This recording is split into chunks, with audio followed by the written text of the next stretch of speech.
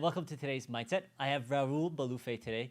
Raul, thanks for joining me today. I'm excited to spend a little bit of time talking about the real estate space with you and coaching, because from my understanding, you've been in the space for a while now, and you've been helping people find properties and really getting into the real estate space. So tell us a little bit about yourself and kind of how you got into this.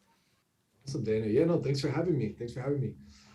Yeah, as we were talking a little bit offline here, the main thing that we do, our main business is wholesaling real estate. And that's really just the art and the science of finding an off-market property, finding a distressed or motivated seller, or finding that beat up house that's like a little sideways in the neighborhood Right. that has the grass up to here. So finding that property, getting it under contract, right, as a cash buyer, which you don't need a license for. You just make an offer as a cash sale. And then you turn around once you have that property under contract, you turn around and you sell it to a fix and flipper. You sell it to a person that's going to do buy and hold. You sell it to a hedge fund. Basically, you sell it to a cash buyer willing to pay more than what you had before. So that is the main thing I do. And I can share with you a little bit about my background, how I got involved, Yeah, please. if that might give context to your audience. Yeah, Okay. absolutely. So yeah, so born and raised here in Miami, and honestly, my first job, I was studying economics in college. I was not a good student. I was a really bad student in college, actually. As are most I wish I was entrepreneurs. better.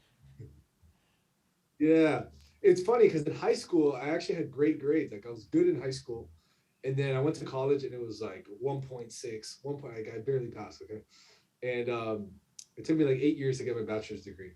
But so I was doing economics in high school, and I started after my first job was being a lifeguard. I started selling cars in my family dealership. Okay. My father owned a dealership in South Florida here, and that was kind of my path to sell cars and learn how to manage the dealer, then kind of do some finance, then kind of jump up in that business and end up owning it, running it, and it was thriving at the time. When I was in it, it was thriving. I was doing super well, but there's just something about, I just didn't like that path for me. I just knew that I really did like the fact that it makes good money, but I just didn't like the things it involved from me all the time. There wasn't a lot of freedom. So what I did realize though, and I did learn some sales skills. I was a very shy kid in high school, very shy. I didn't know how to talk to people and stuff. But being in the car world and in the car dealership, when you're thrown into the wolves and you have to sell cars and make $200 commission just to like make money, yeah, you don't get paid hourly. And so I had to learn that. And that taught me a lot of great skills. And it also taught me, as I'm like talking to people and selling cars, that the people buying the fancy cars, the people buying the Mercedes, the BMWs, the Audis, those people, when I was filling out the credit application, for the most part, all of them either owned real estate, sold real estate, or flipped real estate. Almost all of them. Okay. Every time I'm selling cars, I'm like writing down the application. If you ever bought a car, and I'm like, man, there's something here. There's something here. So just one day, I just started searching on podcasts and YouTube and stuff, and I started searching like how to buy a house with no money, how to flip house, like just that kind of path. And that's when I went down the rabbit hole. I found wholesaling real estate. I found podcasts. I found channels, and I just started, becoming obsessed, absorbing all this information. And after about a month of that, I quit my dealer job, and then I went all in. I found a mentor in locally.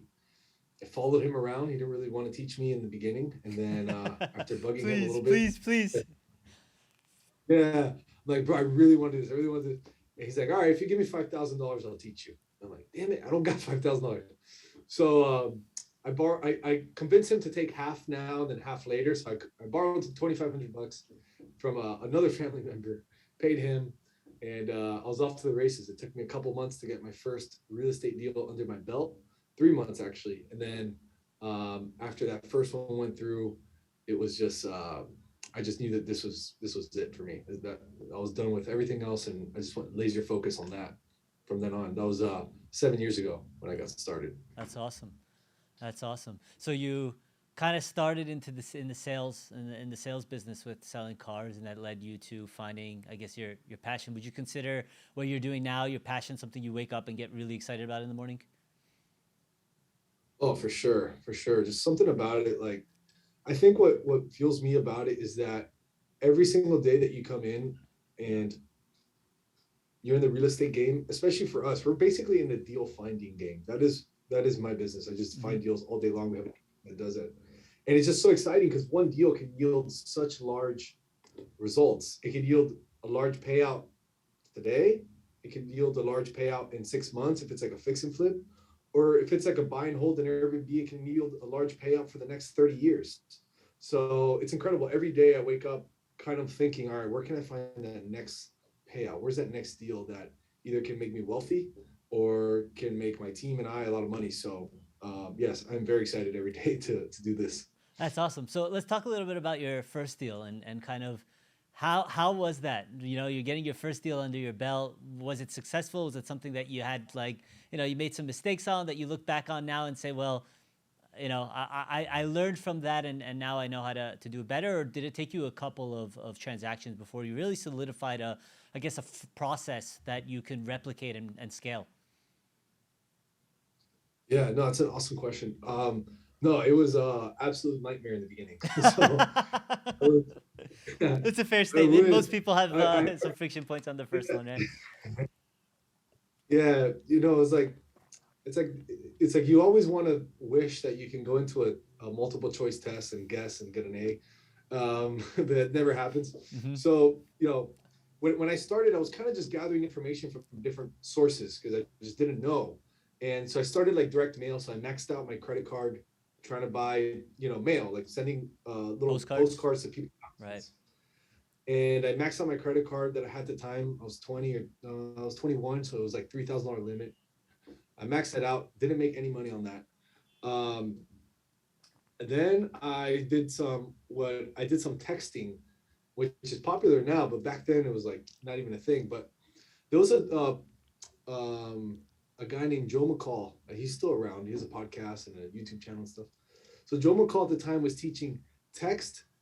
Go on the gosection8.com website and text the listings, right? The listings that are Uh on huh. gosection8.com.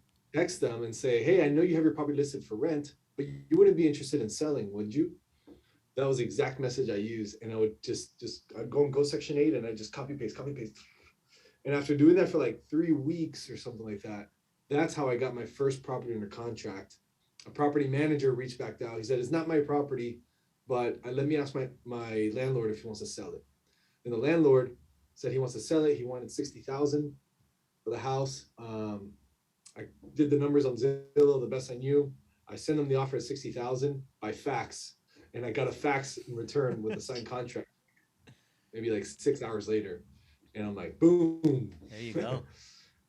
It was a little messier. It took me 3 months. I messed up a lot. I got one deal under contract that didn't sell, that I had to cancel, which was ugly. And then I had another deal I was working on, and an attorney got involved. So like, I just didn't do well in the first couple months. So, but that's how it went, man. It was pretty incredible. It was a great learning experience for sure.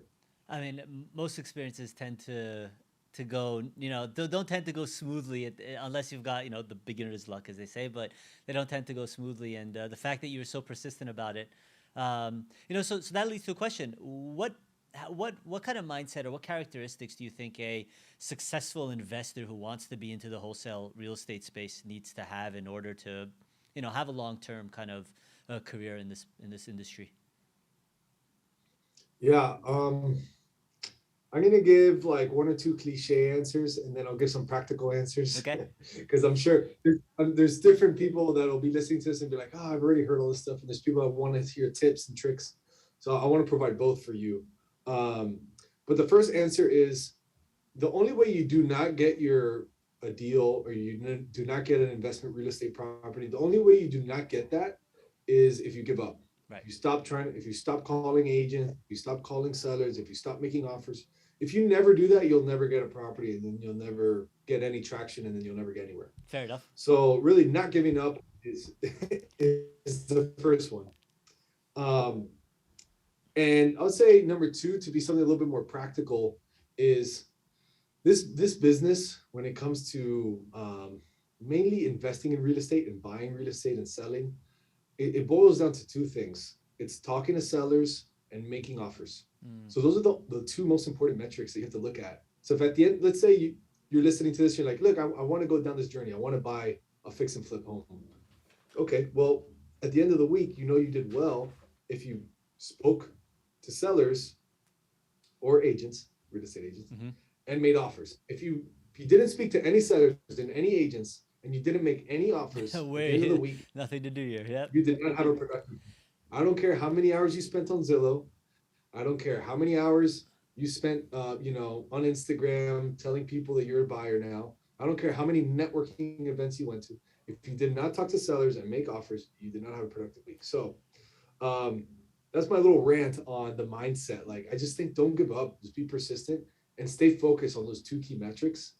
And specifically in like the real estate investing space, even if you just want to buy one property or if you want to buy 100, those are the things that I'd focus on that has helped me, um, achieve in this business. So I'm gonna have a lot of questions for you. First one, starting with how many people should you be speaking to a day if you plan on, if you want to get, let's say, your first transaction similar to yours in the first 3 months, which I think, it's maybe a fair assessment, and correct me if I'm wrong, fair assessment as to how long someone might take before you go, you find a property, go through the whole escrow process, or in this case, since it's cash offers, it might not be too long of a process, right? But how many, hands do I need to shake and people do I need to speak to on a daily basis?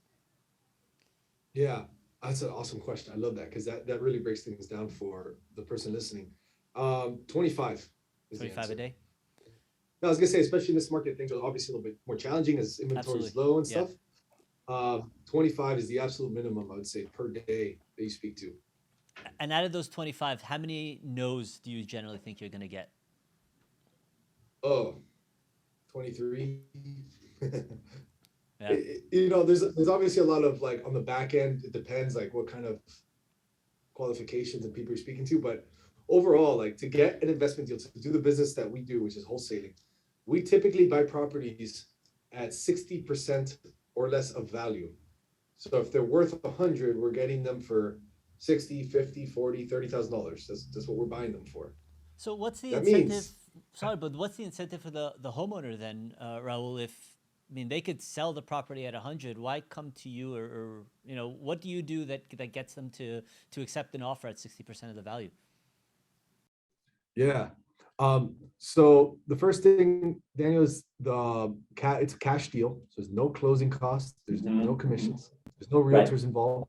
Right. And typically, the reason that people accept our offer or even entertain listening to us for our offer is really because the house needs work. And the two main reasons I've seen over the years, believe it or not, it's because the house needs repairs and they just don't want to deal with it.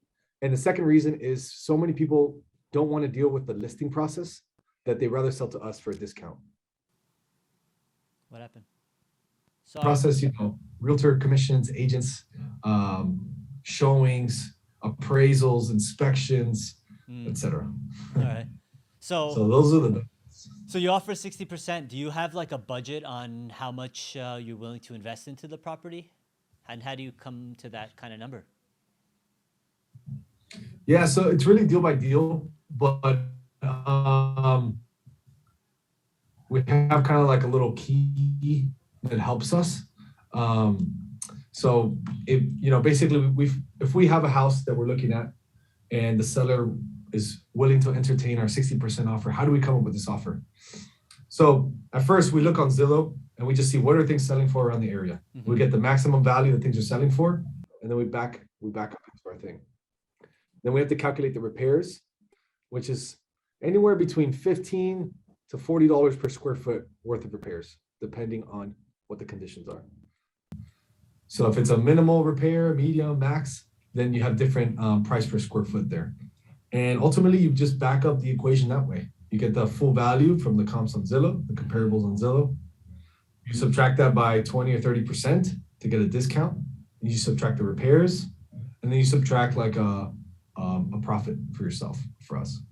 So don't mind me asking, what are you looking for as far as profits? Do you have a kind of a number that you'd want to walk away with on average on every property? Yeah, for us as a company, obviously we have lot of things, commissions, overhead, etc. Mm-hmm. So our average deal size year to date is about 34,000 these. And but people have different models. When I started, my average deal size was $2,500. Right. That was my average. Right. Now, obviously, grown things have changed quite a bit, but it's really up to you. Up to you, the person that's listening and wants to do this. You set that bar. It could Right. be 2,000. It could be. I know people that don't do a deal for less than $100,000. So it's really just up to you. I mean, at that point, you probably have a ton of different transactions under your belt, right? And I guess Yeah. the cost per the amount of time that it takes at that point, that's how much you're worth per hour. So, your first couple deals, I mean, I'm not in the real estate investment space. Obviously, we are in the real estate space, being a tech company in the real estate industry. But I do. My mother has 5 or 6 different properties. She owns a couple in New Jersey that she's been sitting on. So she herself is kind of so. I've been I guess I've been in the around it, right? And the question always is, Raul, well, do I buy and sell, flip my first couple, or do I buy and rent them out? What's your recommendation for that? For those just starting, let's say, in Cool. the space. Yeah. That's an awesome question. I would say it really depends on your cash position. Mm, So like if you have a job that you're making good money, whatever good money means to you, maybe 80,000 a year, 200,000 a year, whatever that means. If you have a job and then you're gonna do like a side thing with real estate investing, if you're making good money, I would say, and you don't have too much time, I would say buy a rental or an Airbnb project. Like buy something a little bit more passive. Money, take your investment and buy something that you can rent, make a couple $100 a month, or maybe 1,000, 2,000 a month renting it.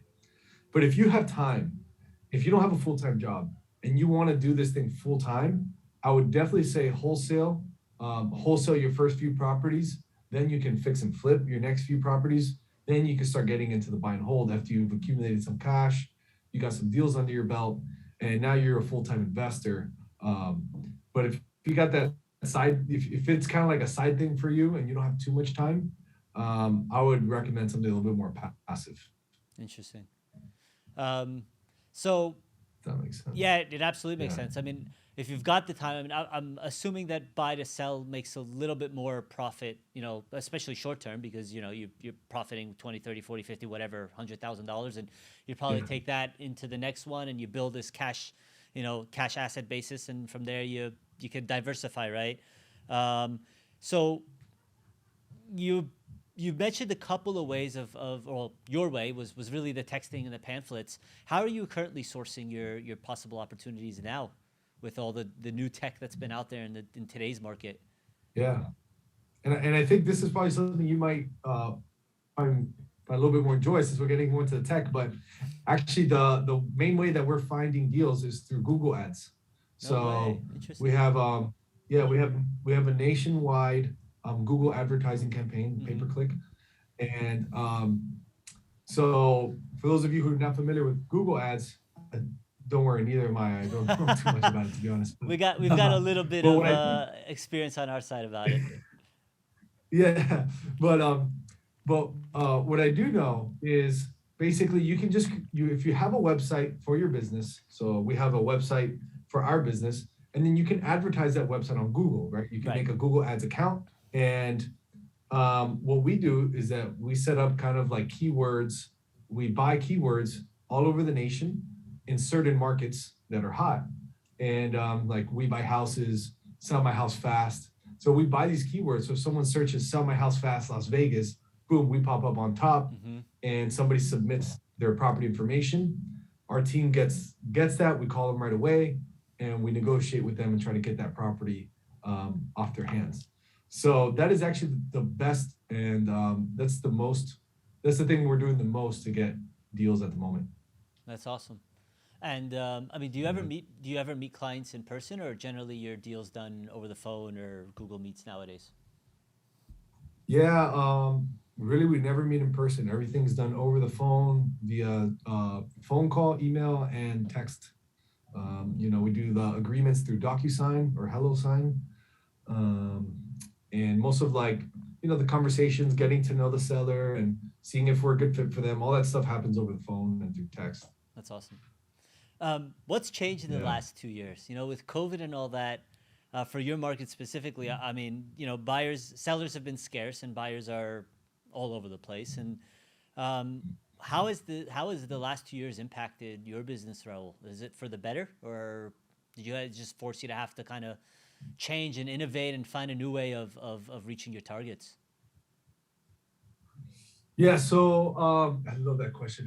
I think it's a really relevant question as kind of COVID is, I don't want to say completely gone, but it's Starting to fading die away. away Yep. pretty quickly at this Yep. point. Um, so I would definitely say that two main things that come into mind.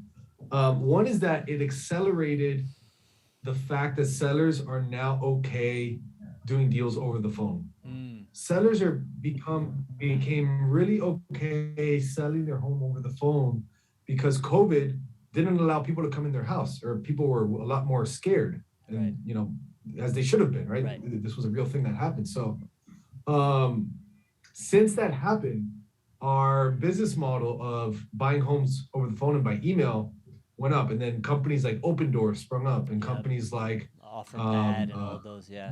Zillow Buyer, OfferPad, Hmm. all buying deals through email and over the phone. So now it's a little bit more normalized. So actually, when 3, 4 years ago, when we tried this virtual model before COVID, it was very slow to ramp up. When COVID hit, it ramped up really fast because people were like, "Yeah, I get it. I know a lot of companies doing this." It became a normal thing. Hmm. The other thing is, and you said it perfectly, that there's not a lot of sellers, there's not a lot of houses on the market, but there's so many buyers, there's so much cash, there's so many people that want to buy real estate. And I don't know if you remember in the beginning of the interview, I told you that my first year, my average profit per deal is $2,500. Now it's 34,000, and the reason is because that's supply and demand. You know, it's not that I'm great. It's just the fact that now I get a house and it's just so much more demand for it that you can demand a higher price. Um, and there's a lot more, it creates a lot more value in the marketplace because now this real estate asset is a lot more stable, a stable investment. That's why there's so many investors coming in like that. Okay. So those are the two biggest changes I've seen since COVID. Definitely the acceleration of buying deals over the phone, buying homes over the phone.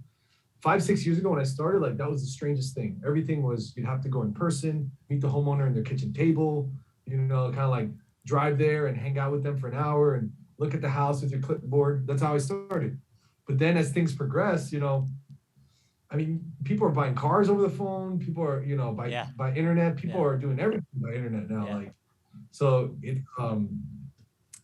that has definitely helped us a lot. And I know a lot of people that this business, the wholesale business, got harder for them Hmm. because they didn't pivot fast enough. And it happened to me the first year or two. I didn't pivot fast enough, and it was tough.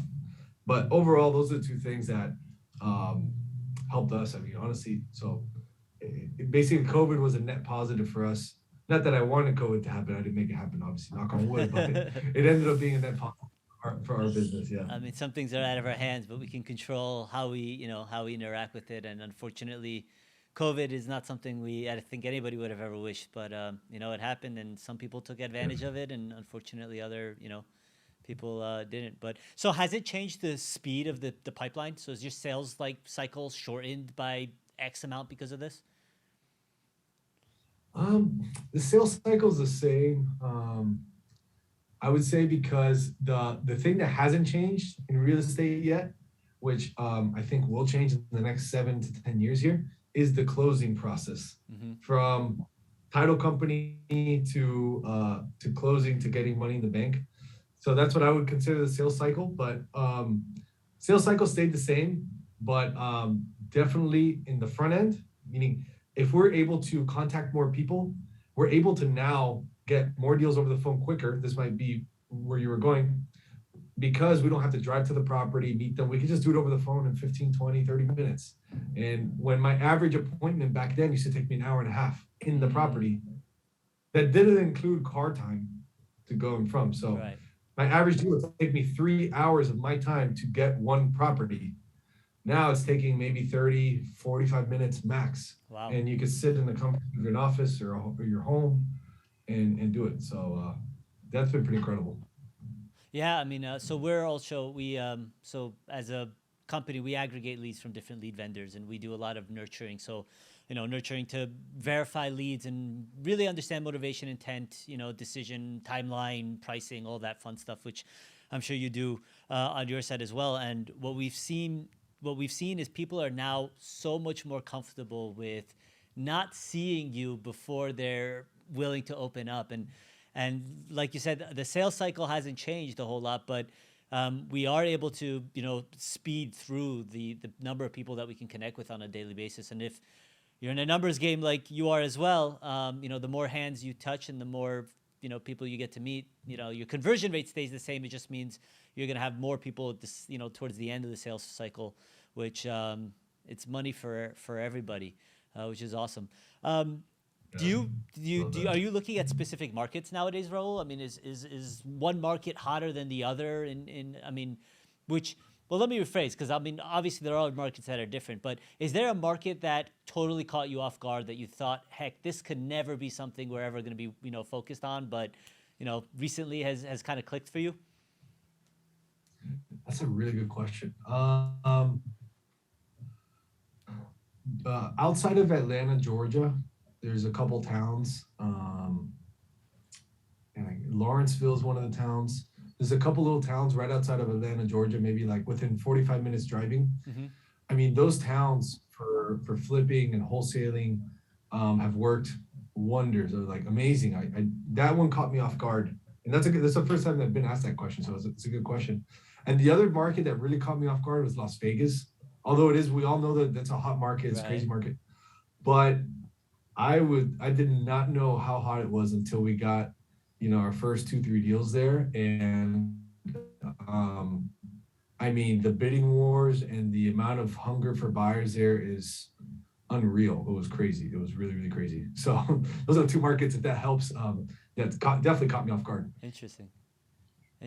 Out of curiosity, how many deals a month are you guys do you work on now? So we're closing anywhere between 9 to 12 deals a month. Wow, that's impressive. Yeah, That's impressive. On the wholesale side. I mean, look, it's definitely a journey. We're not doing everything right, that's for sure. But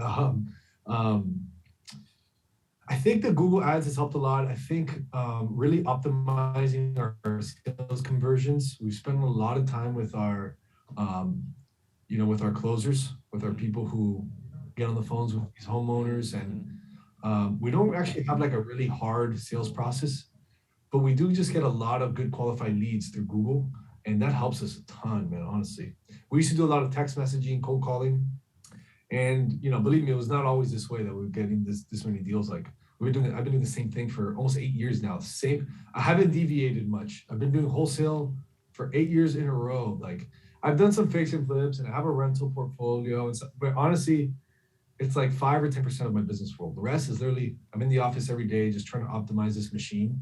And it's one of those things that's like overnight success that took 10 years. I'm not in the 10-year mark, so I can't really say that quote yet, but close enough.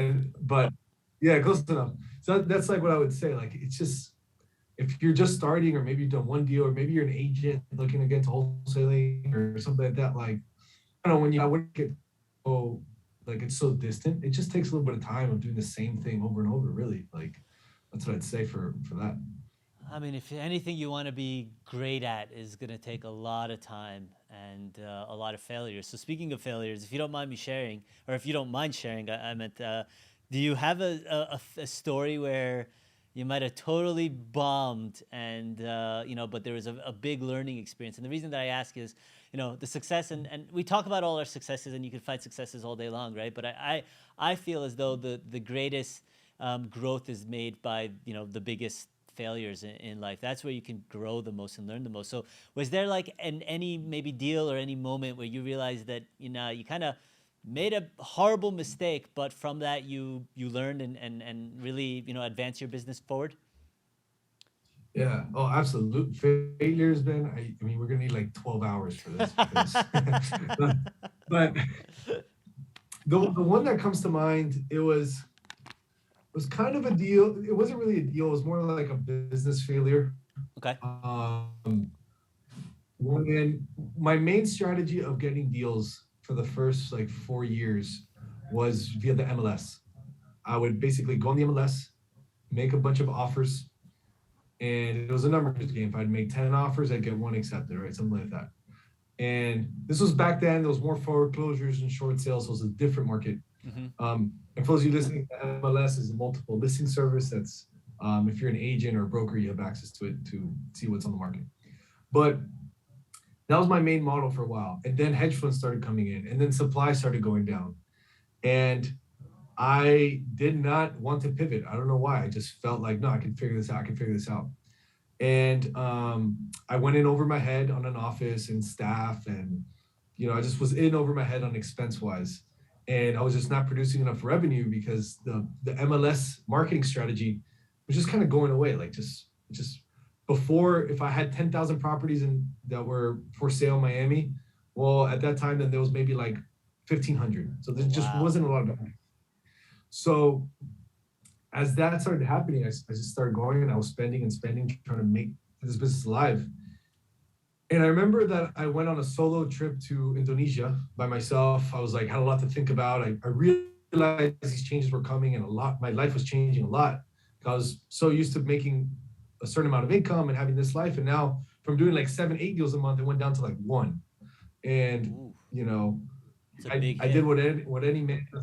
Yeah, I did what any man does best and run away from his problems. So I went all the way to Indonesia, and I remember sitting on like the beach, and it was like midnight there, but it was 12 p.m. here in the U.S. And my accountant called me. He's like, "Hey man, it's almost time to file your taxes." He's like, "Hey bro, I'm reviewing your statements and everything." He's like, "You know that year to date you're down $250,000 for this company, for my wholesale company." And I was like, I'm aware. But at that moment it hit me that like, oh shit, like it's time to change. Now the proof is in the pudding there. Luckily I had done some fix and flips that made me good money, so I didn't lose my ass that year. I did lose, but I didn't lose my ass that year. And that was probably the big mistake. I just did not pivot fast enough. Like I was trying a strategy that the numbers were telling me was not working. I was trying a strategy that was just dying. And I was just hard-headed. I didn't want to change. I could have changed sooner, and I didn't. So that's probably the biggest mistake I remember in business, is just like, when you'll know, like in your gut, you'll see something like, fuck, this is not working. This is not working. This is not working. And you still do it. That was my biggest mistake. I should have like left my ego at the door and been like, all right, this is not working anymore, Raul. Let's figure something different. So I know it's a long answer, but I hope it helped the listener here. I mean, that's probably the rawest answer I could have hoped to have received. Being an entrepreneur humbles you very, very quickly when you make mistakes. It's you can't afford to sit back and wait for the market. Yeah, always have to be pivoting and changing. And it's cool to hear that even with that, there are entrepreneurs out there who they admit their mistakes and they find a way to fix it and become more innovative to address it in the future. And this way you never make the same mistake twice. We were just talking to a previous podcast. We were just talking about, not making the same mistake twice and learning from those mistakes. So I appreciate that answer very much. Thank you. Yeah, I mean, and even if you are going through something that's not that big, or maybe it's bigger, or maybe it's smaller, but like the point is that when your gut is telling you, or something is telling you, yo, this is not working, this strategy is not working, sometimes just take a step back and just really look at it subjectively and look at numbers or whatever. Yeah, go to Indonesia. Right? Exactly. And just look at it. Just sometimes you got to leave the ego at the door and be like, all right, I'm going to change. Like, let's figure this out. And so after that, it's been a blessing. It was a blessing that I went that low, because yeah, like you said, I'm not going to make that mistake again. I changed we pivoted everything to, instead of doing MLS deals, everything now is off market, and it was a huge blessing because it's brought us so many more opportunities. It's brought me together with so many different people. The people that work for me now are just at a different level, because of the opportunities that come is different than what we were doing before. And it's a lot more mature of a business and a lot more valuable of a business than what we were doing before. So definitely it was a low point, but ends up being a blessing if you look at it that way. So we got to get you on the SetSchedule app because we have a lot of users on the application that are always looking for newly renovated, right? You've got the agents who they come in, and one thing we happen is we're actually solidifying a relationship with an off-market company. Basically, they're going to bring all the off-market properties onto our platform to, to show them and market them. So, so let's say you flip a property and now you want to sell it. What's the technique, or what's the kind of the strategy that you use to get the property sold as soon as possible? Okay, yeah. So let's say that we get a property under contract in Las Vegas, Nevada, right? I'm in Miami, Florida. I've never been there. Actually, I have been there, but let's say I don't have any buyers Figuratively there. speaking, right? I don't have any buyers there. Yeah, figuratively speaking, okay. Or I get a property there. Let's say I don't know a single person there, and I just got a DocuSign in my email that said contract signed. As is, cash offer signed. Okay, awesome. What do I do next? So the first step is we want to find who are the cash buyers that have bought in and around the property that we have, typically within like a 5-mile radius we look at. We want to see what are the cash buyers that bought there within the last 6 months, who's bought in 2 or more properties there. And the way that we find that information is through, we use a website called PropStream or REI Automator, same website, but we use that website. And basically you could just plug in Las Vegas, Nevada, you put a filter that says cash buyers, you set the date that says like 6 months or sooner, and you click enter and boom, it'll spit you out a spreadsheet with whatever, 400 buyers. Wow, that's such a cool tool. Yeah. What is that tool called? Yeah, now it's called propstream.com. PropStream. Interesting. Okay. I'm not affiliated with them. I wish I was, but no, I'm not. PropStream, if you're watching, let's go. Let's get Raul hooked up. Yeah, get me in the DMs there. So, and then you get a spreadsheet with that. Once you have that spreadsheet, what we like to do is we like to send that to get skip traced so we can get their phone numbers. Okay. And there's different companies that'll do that, like REI Skip. There's PropStream will skip it for you. And the goal is you get their phone numbers. Now you have 400 cash buyers who bought within 5 miles of your property in Las Vegas. They bought 2 or more properties in the last 6 months. So, as I'm saying it, like I get excited because you can see the power of having that list in your fingertips. Like these are people with cash or with access to cash that have bought properties around your property. So all we do then at that point is we just send them text messages and we say like, hey, we saw you purchase a property for cash in Las Vegas. Are you interested in buying any more? And now we just start a conversation. And if they are, we'll get on the phone with them and then we'll tell them about our deal. That's awesome. And that's really their process. That sounds Takes a little bit of time, but yeah, it sounds like such a simple yet effective process because you've got the numbers, you can reach out to them, you're controlling the narrative, and really it's just a matter of the right pitch with the right person at the right time, and that's pretty simple. I like it, and simplicity is awesome because it's scalability, right? You wanting to be able to do this 3 times a month versus doing it 15 times a month. It's just a matter of, do you have a process that's scalable and can you actually implement that 15 different ways, right? Whether you need more team members or the tech, that's really what growing and scaling a business is about. Yeah, no, that's exactly right. I think, I'm definitely not good at a lot of things. But I think one thing I have been good at is just keeping things really simple. So there's so many ways to complicate it and complicate things. I forgot who it was that said the quote, like anybody can give like a 10-page explanation, but it takes a really, unique person or whatever to give like a one sentence explanation on something. So I think the goal, if you're doing real estate, is try to put everything in a sentence or a phrase instead of trying to come up with like a process that's like 6 pages long. I know maybe in tech, if there's code, it's probably that, but but this is in a sense of buying houses. Yeah, no, you're right. Even with technology, sure, the back end might be complicated, but the front end and what you're presenting to a user is simple. You want it not to have, we talk about not having more than 3 clicks to get to where you want. If someone has to spend more than 3 clicks, right? Or in your case, if someone has to spend more than 7 seconds listening to what you're offering, you lost them. And that's where I think a lot of, forget real estate, yes, in the real estate space, but a lot of sales individuals fail. They think more is better, and it's not. I mean, it's a pet peeve, but you've got the subject, the signatures of real estate agents that just goes on and on. It talks about all of the different awards and all the. I'm like, you're like, what am I supposed to be looking at here? So no, I appreciate the simplicity model. Keep it simple and stupid, or keep it simple stupid, depending on the route you want to take with that. So talking about I guess figuratively speaking, I'm a new agent. I'm a new investor, and I want to get into this space. What is the perfect first time investment property, and as far as advice, what can you give someone when they're looking for their first property to flip or buy and invest into?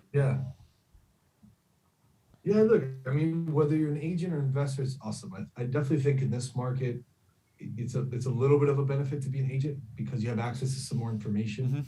But with apps like PropStream and stuff, it definitely shortens the gap a little bit.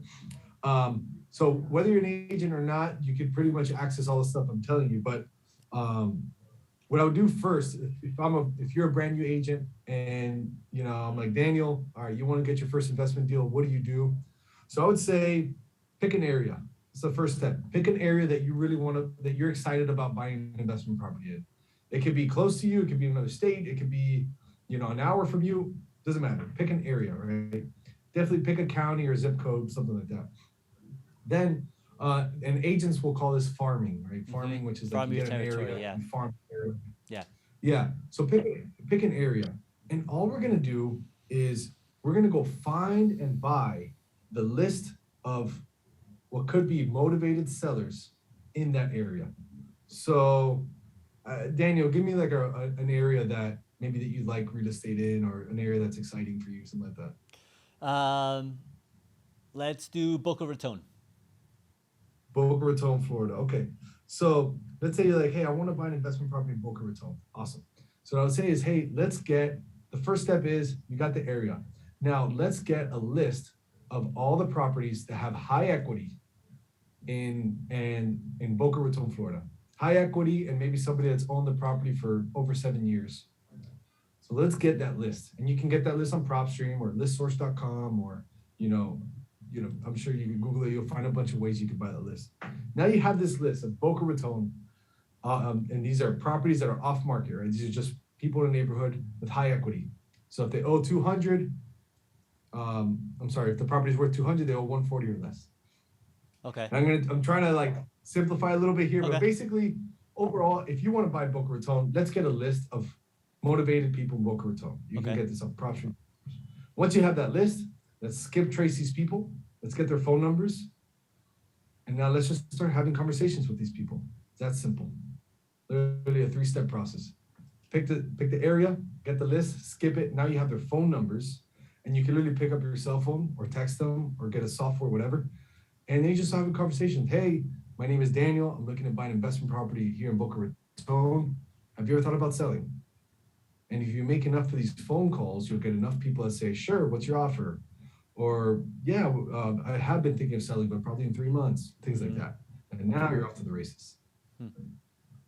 So as far as a property for you, I mean, I guess right now, probably not as much, but are you looking for anything in specific? Do you care about what the property, looks like as far as repairs that need to be done? Or are you let's just get in touch with them and we figure all that out later? Yeah, I'm glad you brought it up that way. Yeah, that's my answer, because I'll tell you why. Because a property, an agent or an investor should not go into this game with only one exit strategy, with only just trying to list it.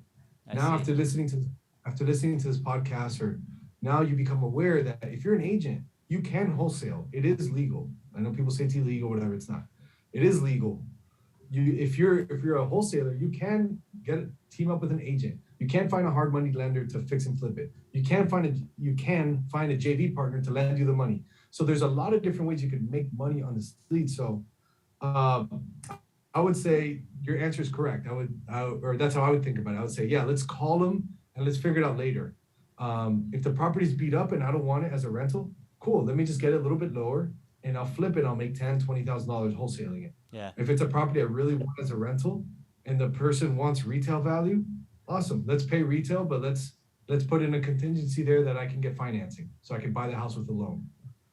If you know, there's a lot of different ways you can skin the cat, and that's what I wanted to provide for anyone listening to this, is that there's different ways to make money on these types of things. That's awesome. I think that's just a very. It sounds like very surface level of on what it is, and it simplifies it. You know, it's very frustrating, especially in the real estate space, because you have so much competition and everybody wants to be in the real estate space, right? Whether you're an agent or you want to get into investments in real estate, everybody wants to do it. Everybody's got the dream of, I want my passive income to be making me, $10,000 a month just on rental properties, and that's great. But what people forget is you've got to go through 8 years in your case, right, to just start to really get into a position where you're comfortable and happy with your production. So if someone wants to get in touch with you, Raul, what's the best way for them to connect with you, whether they're thinking about selling their property or want to get in coaching with you? How do they connect with you? Really, the best way to connect with me, my YouTube channel is a good way, so you can follow me and you can write to me there. My YouTube channel is my name, Raul Bolufe. Also, my Instagram, you can DM me there, and I respond pretty frequently on there. And my website, raulbolufe.com. So pretty much my name. If you search me on all socials, I'm out there. And the YouTube website is I keep it pretty simple. So look forward to. Feel free to reach out on Instagram if you have any questions. I respond with voice notes. I don't know why, I'm a voice note guy. So if you ask me a question, I respond with a voice note. Don't get freaked out. It's not me singing or anything. I'll be answering your question. Actually, we've started to go that route at work too. It's easier to hold the phone up and say your thing rather than sit there and try to text for 2 minutes. So it's the best. Yeah, it's the best. Yeah, I don't know why more people don't use it. You also get the emotional impact of, especially from upper management. They want to give you a little bit more of an emotional response. You get it that way. Well, Raul, thank you so much. This was an absolute amazing, conversation with you. I really hope people who just have been thinking about it and just been a little bit hesitant because of the market realize that this is probably now the best time to be investing, because really in today's day and age with the way that the market is you can really convince people to take advantage of the equity that they have in it, and rather than being afraid of it, they should definitely bring it in and start to strive to connect with 25 more people today than they did yesterday, and I hope to have you on the next one. Yeah, keep me posted, man. Thank you. Thanks, Raul. And guys, thank you for visiting us on this Next Mindset, and we'll see you on the next one.